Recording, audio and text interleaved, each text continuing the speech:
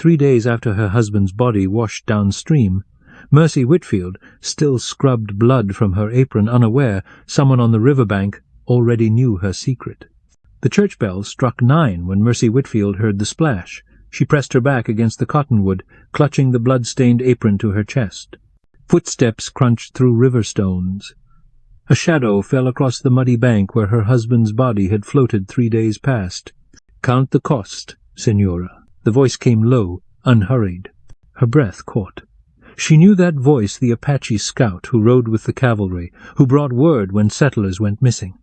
She'd seen him at the trading post, his blue coat mocking him as government man. The coat hit the ground with a soft thud. 10 minutes earlier, Mercy had knelt by the water's edge, scrubbing Thomas's blood from her good apron. The creek ran muddy from yesterday's storm, but she could see her reflection wavering in the shallow's wild hair, hollow cheeks, the purple bruise still darkening her jaw. "Should have left him to the buzzards," she whispered, then crossed herself quick. "The preacher said Thomas drowned drunk."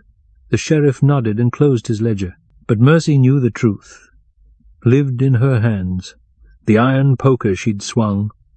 The sickening crack when it met his skull. The way he'd stumbled backward off the porch, into the creek. Self-defense, her mind argued. 3 years of fists and worse. But the law wouldn't see it that way. Not for a woman who'd married a man sight unseen come west on the promise of a fresh start that turned to nightmare the day she stepped off the stage. She dipped the apron again. Pink water swirled away downstream. Washing won't change what happened. Mercy spun toward the voice. The Apache scout sat his horse at the creek's bend, close enough to read her guilt. His blue cavalry coat caught morning light, brass buttons catching the sun like cold eyes. "I don't know what you mean," she said, but her voice cracked. He swung down from his mount, ground-tied the reins. 3 days ago, you told Sheriff Morrison your husband went out drinking. Never came home." "That's right. But Thomas Whitfield was in your kitchen when he died. I saw the blood on your porch boards before you scrubbed them." Mercy's knees gave way. She sank into the creek bank, muddy water soaking through her skirt. "He was going to kill me. I swear before God, he was going to kill me this time." The scout stood silent, studying her face. His own features were weathered copper, unreadable as stone. "My name is Joaquin Santos. The army calls me Joe." She nodded, not trusting words. "I track for Colonel Hayes. Read sign. Find lost things." He crouched beside her, close enough that she caught his scent leather and sage smoke. "Sometimes I find things that need to stay lost." Hope fluttered in her chest like a caged bird. "What do you want?" "The truth. Then we decide what comes next." Mercy looked at her hands, red raw from scrubbing, calloused from 3 years of frontier labor. "He drank up our savings, beat me when I complained. Last week he sold my mother's wedding ring for whiskey money." Her voice dropped to a whisper. "Tuesday night he came home meaner than usual. Said he'd found a buyer for the homestead. Planned to take the money and leave me with nothing. So you stopped him." "I hit him with a poker when he grabbed for me. He fell backward, struck his head on the porch rail.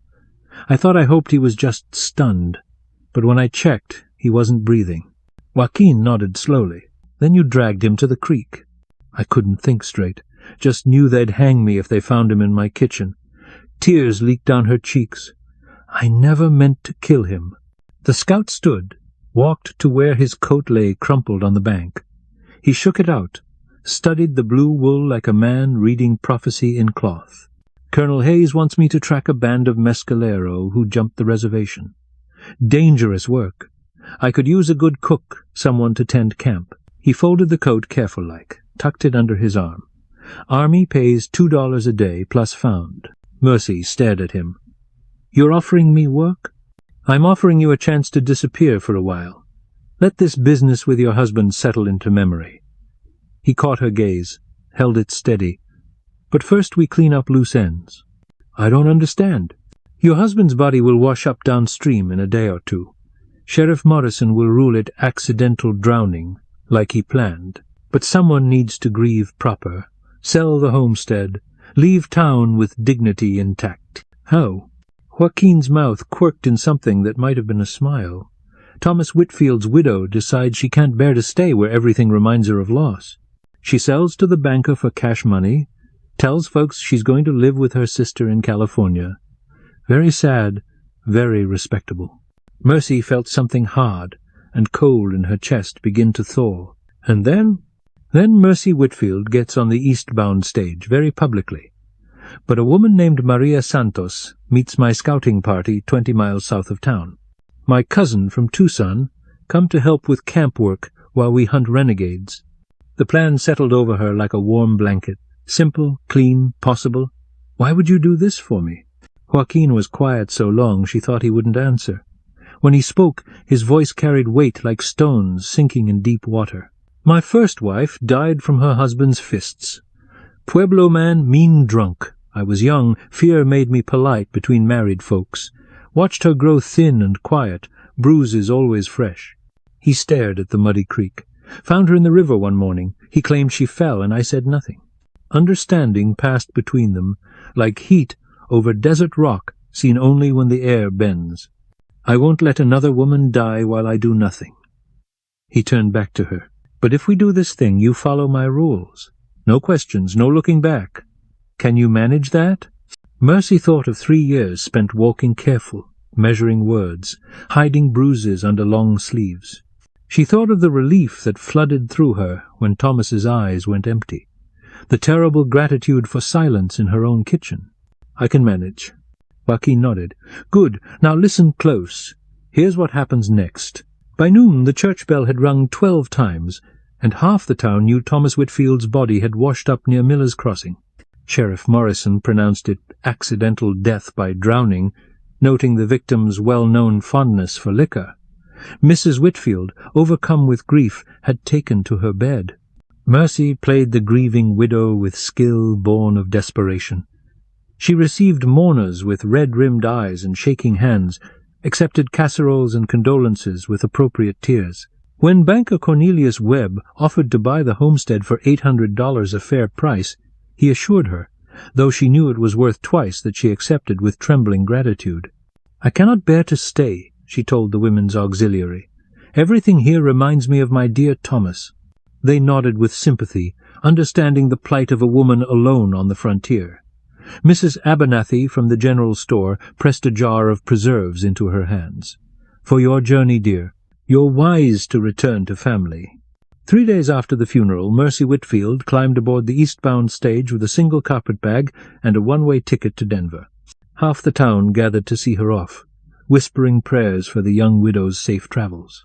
What they didn't see was the woman who slipped off the stage at the first water stop, walking south through scrub oak toward a line of low hills, or the Apache scout who waited there with a spare horse and supplies for a 2-week journey into country where the army still fought running battles with ghosts. The scouting party consisted of 6 men: Joaquin, 2 other Apache scouts named Charlie and Ben, a Buffalo Soldier sergeant called Washington, and 2 white corporals who treated Maria Santos with careful politeness. She cooked over open fires, tended wounds, learned to read weather and cloud patterns and grass movement. For the first time in 3 years, Mercy slept without listening for footsteps on the porch. They tracked the Mescalero band through broken country south of the Gila, following cold camps and scattered horse sign. The work was hard, dangerous, but it carried a strange kind of peace. Out here she was simply Maria, a woman who could handle herself, who knew the value of silence, who asked no favors and expected no protection beyond what she earned. Joaquin treated her with distant respect, but sometimes she caught him watching her with something warmer than professional interest. When she burned her hand on the coffee pot, he tended the wound with gentle fingers. When rattlesnakes spooked the horses one evening, he placed himself between the sound and where she slept. "You're good at this," he told her one night, as she cleaned his rifle by firelight. "Living rough, I mean. Most town women couldn't manage. Most town women haven't spent 3 years walking on eggshells. She worked oil into the gunmetal with careful strokes. This feels easy by comparison. Even the danger?" Mercy considered that. They'd found sign of the Mescalero band that afternoon, recent tracks, still warm ashes. Tomorrow they'd likely make contact, and contact might mean fighting. "Especially the danger," she said finally. "At least now I can see it coming." They caught up to the renegades at dawn on the 8th day, in a box canyon 20 miles from the Mexican border. The confrontation was brief, violent, and decisive. When the smoke cleared, 3 Mescalero warriors lay dead, and the rest had melted back into the desert like morning mist. Sergeant Washington took a bullet through the shoulder. One of the corporals, young Miller from Ohio, caught an arrow in his leg that snapped off when he fell. Mercy worked over both men with steady hands while Joaquin and the other scouts secured the canyon. "You ever tend gunshot wounds before?" Washington asked through gritted teeth as she dug for the bullet.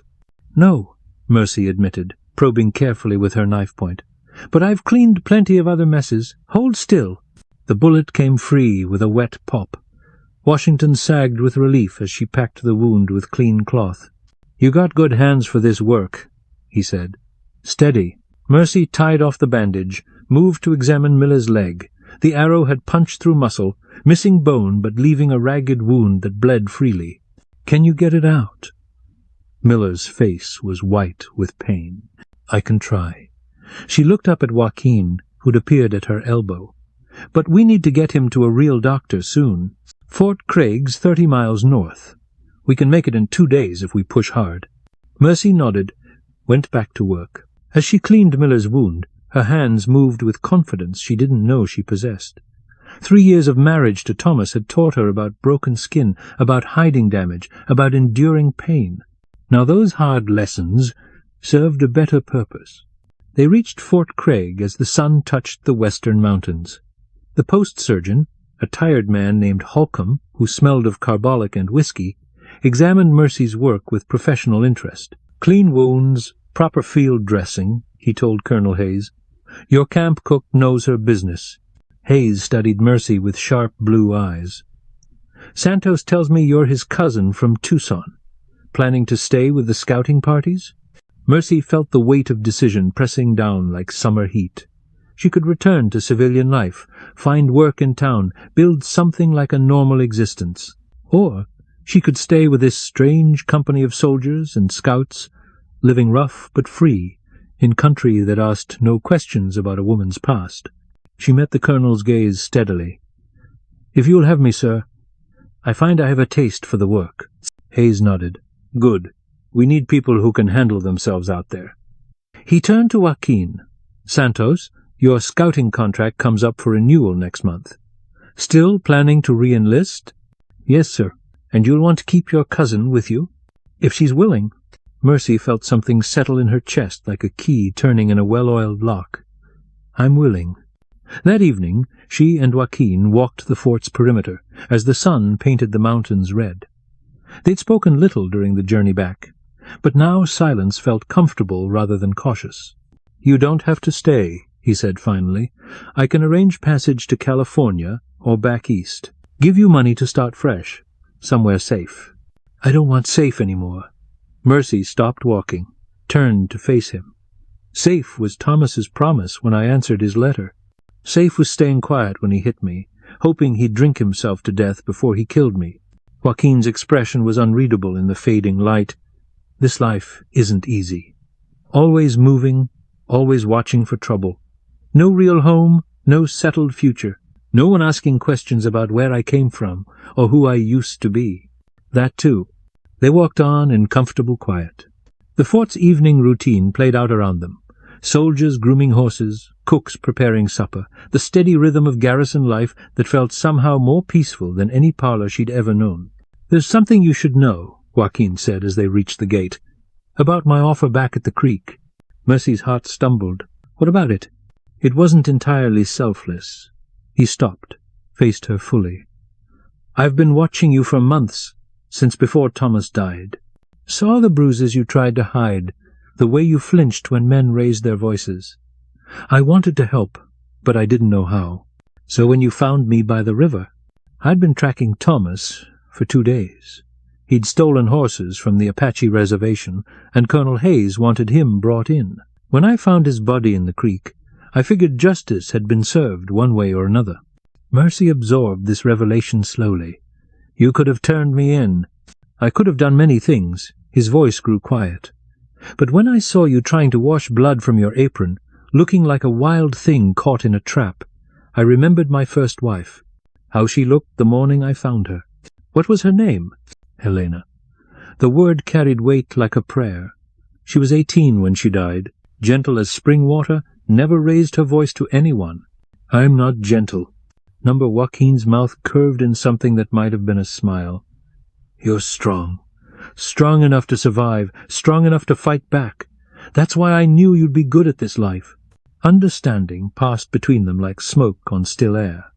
Mercy felt the last of her old fears dissolve, replaced by something steadier and more reliable than hope. "The scouting life," she said, "is there room in it for more than professional partnership?" "That depends." Joaquin stepped closer, close enough that she could see flecks of gold in his dark eyes. "Can you love a man who lives between two worlds? Who'll never be fully accepted by either? Can you love a woman with blood on her hands?" "I already do." The confession hung between them, simple as morning light. Mercy reached for his hand, found it warm and steady as everything else about him. "Then we understand each other." "We do."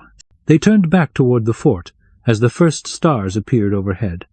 Tomorrow would bring new assignments, new dangers, new country to scout and secure. But tonight there was this two people who'd found each other in the space between one life and another, who'd chosen partnership over safety and honesty over easy lies. At the fort's main gate, Joaquin paused to retrieve something from his saddlebags. The blue cavalry coat, neatly folded, brass buttons polished bright. "You kept it," Mercy observed. "Thought you might want it for cold nights on the trail." She took the coat, held it against her chest. It smelled of sage smoke and leather, of wide country and honest work. When she slipped it on, it fit her shoulders like it was tailored for her frame. "How do I look?" Joaquin studied her with the same careful attention he gave fresh tracks or weather signs. "Like someone who belongs here." "Here?" "With me. With this life." He touched her face gently, fingertips tracing the line of her jaw where Thomas's bruises had finally faded completely. "Like someone who's come home." The church bell in the nearby town of Masilla rang 10 o'clock, but Mercy barely heard it. She was listening instead to the sound of night birds calling across the desert, to the soft movement of horses in the fort's corrals, to the steady rhythm of Joaquin's breathing as he stood beside her. For the first time in 3 years, she wasn't afraid of tomorrow.